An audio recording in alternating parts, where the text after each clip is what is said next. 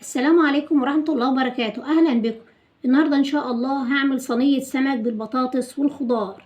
عندي السمك اهوت متنضف وعامله له شقوق من الأمام ومن الخلف علشان التتبيلة وعلشان يبقى سهل التسوية.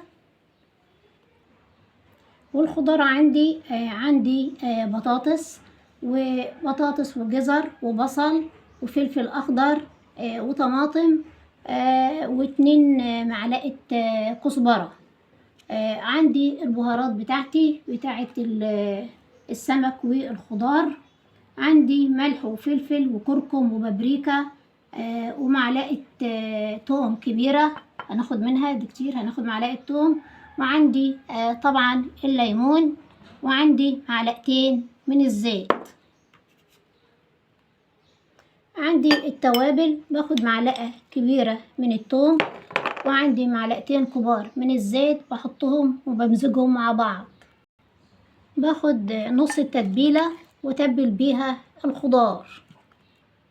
بمزج التتبيلة مع الخضار بالشكل ده. بعصر ليمونة على الخضار وبعصر الليمونة التانية على بقية التتبيلة. النص التاني من التتبيلة بتبل به السمك من جميع الجوانب ومن الداخل. تبلت السمك هحط نص كوباية مية علشان يبقى فيه صوص في الخضار، علشان هنعمل رز ونحطه على الرز. والسمك التبل اهوت.